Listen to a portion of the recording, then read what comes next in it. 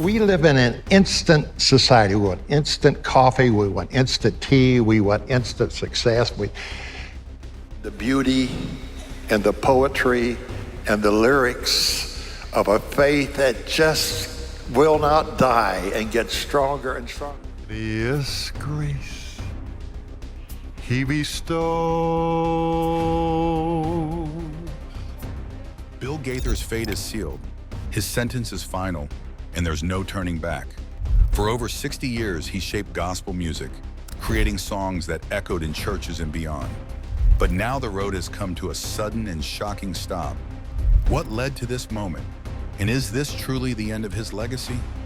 Tune in, because what you're about to hear is the confirmation that Bill is something far bigger than just a gospel singer. The voice that changed gospel forever.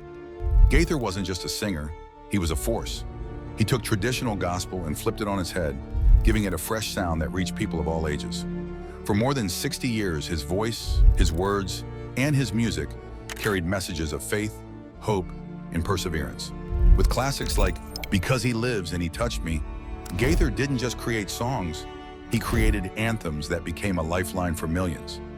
Yet for all his contributions, there was always controversy lurking in the background. Some say his influence was too strong, that he shaped gospel into something it was never meant to be. Others argue he was exactly what the genre needed. Either way, no one can deny that he left a permanent mark. Before we dive deeper, one thing is certain. What happened to Bill Gaither is far more shocking than anyone ever expected. And this is just the beginning of the truth that will leave you stunned. His rise to fame wasn't just about talent, it was about timing. Born in a small Indiana town, he grew up surrounded by music. He started singing in church, quickly realizing that his voice could do more than just fill a room. It could inspire. By the time he launched the Gaither Vocal Band, he was already on his way to changing the gospel music scene. Traditional hymns were no longer the only way to worship. He introduced harmonies, storytelling, and an almost concert-like energy to gospel performances. Not everyone approved, but that didn't slow him down. Instead, it fueled his drive. He wanted gospel to be more than a Sunday morning ritual. He wanted it to be an experience. His Homecoming series was proof of that vision. These concerts were massive, bringing together some of the most talented gospel artists of all time. It was more than just music. It was a movement. People who had never stepped foot in a church were suddenly tuning in, drawn to the powerful voices and deep emotions that filled every performance. Yet for all the success, there was always the lingering question. Had he taken gospel too far from its roots? Some believed his modern approach watered down the raw, spiritual essence of traditional gospel. Others praised him for making faith accessible to a wider audience. Whatever side you're on, there's no denying one thing. He changed gospel music forever. But as with all things, time catches up. His voice, once strong and unwavering, began to show signs of wear. His legendary performances became less frequent. Some suspected health issues, while others whispered about deeper struggles behind the scenes. The man who once commanded massive crowds with his music was slowly fading from the public eye. Fans held on to hope, waiting for another comeback, another tour, another album. But as the years passed, the signs became impossible to ignore. The era of his influence was coming to an end. He has been praised for his music, but let's be real, his path has not been all sunshine and praise. Sure, he shaped modern gospel, but not everyone is thrilled about how he did it. Some say he turned faith-filled music into a money-making machine, while others believe he watered down the traditional sound just to appeal to new listeners. No matter how you look at it, his influence is undeniable, and his choices have sparked plenty of debate. One of the biggest complaints? The way he blended old-school gospel with new modern rhythms. Gospel purists weren't happy. They wanted the music to stay the same, untouched by modern sounds. But he had other ideas. He saw a chance to bring more people in by making the music fresh and accessible. To him, the heart of gospel wasn't in the instruments, but in the message. That didn't sit well with everyone. The argument boiled down to this. Was gospel music about tradition, or was it about reaching as many ears as possible? He stood firm on his belief that change was necessary. Some called him a visionary, while others saw him as someone who compromised the genre's purity. As his music reached more people, so did the complaints, and the people he worked with only made things more complicated when gospel music became a business. Then there's the issue of the company he kept. His projects, like the Homecoming series, brought together a variety of gospel artists, but some of them came with baggage.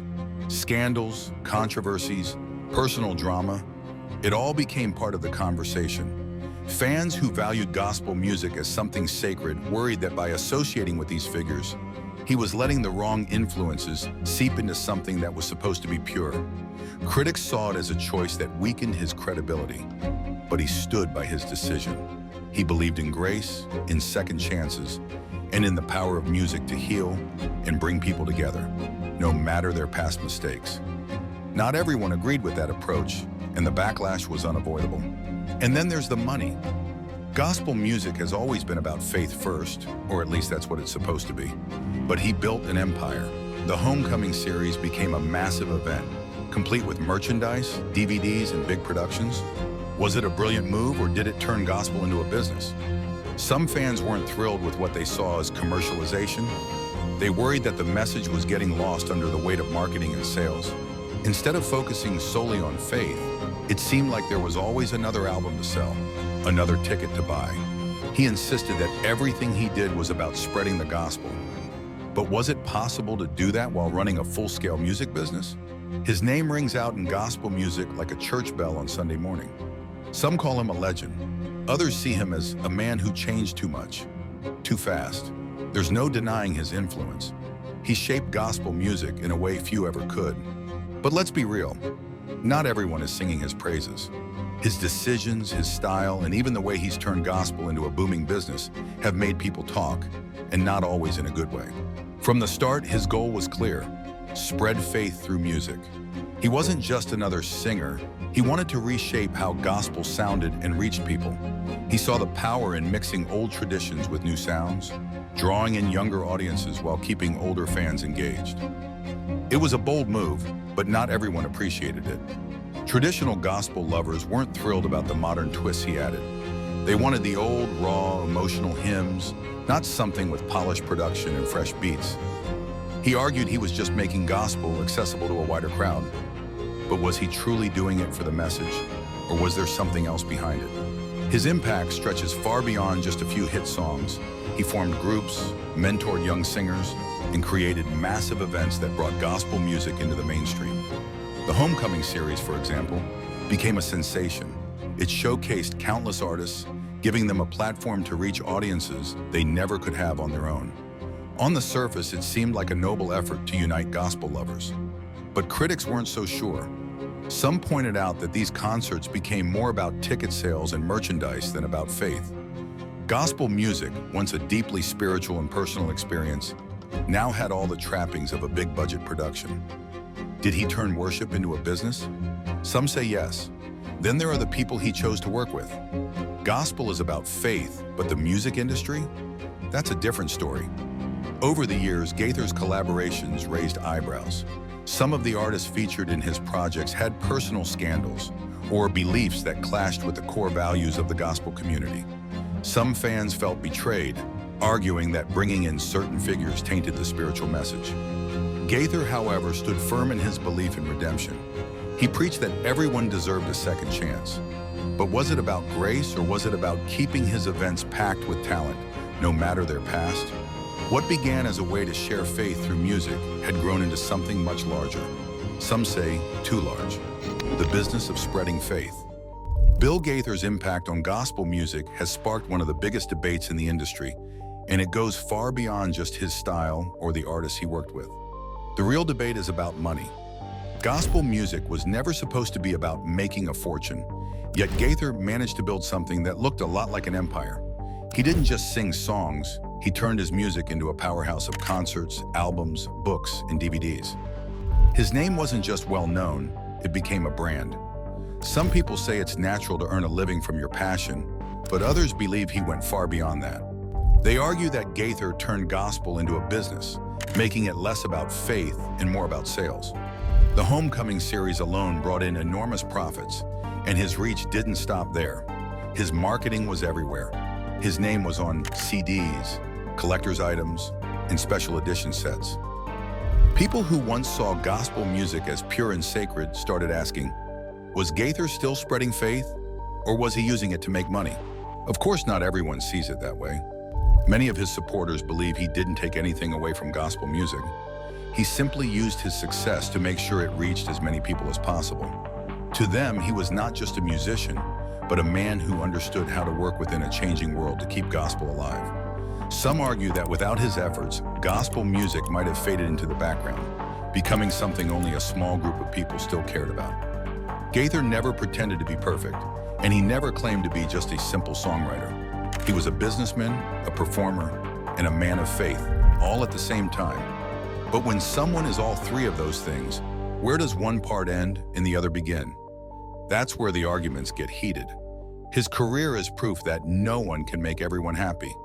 There are countless fans who believe he revived gospel music, giving it a fresh voice for new generations. Then there are those who think he stripped away its raw and honest nature, turning it into something packaged for sales rather than worship. No one can deny his influence. His music reached millions. His concerts filled stadiums, and his Homecoming series created a community of believers who felt connected through song. Yet the controversy follows him everywhere. Did he save gospel music from being forgotten, or did he turn it into just another business? No one can truly say for sure. One thing, however, is undeniable. Bill Gaither's name is forever tied to gospel music. Whether people see him as a champion of faith or a businessman who put profits first, his mark on the industry is too big to ignore. His songs, his concerts, and his brand are still thriving, and his influence is still felt today. Time may change opinions, but it won't erase his legacy. Love him or question him, one thing is clear. His name and his music will never be forgotten. Is Bill Gaither's final chapter truly the end? Or is there more to this story that no one is talking about? Could there be a deeper reason behind his sudden exit from the spotlight? What do you think? Is this the end or just the beginning of something bigger? Tell us your thoughts and don't forget to like and subscribe for more.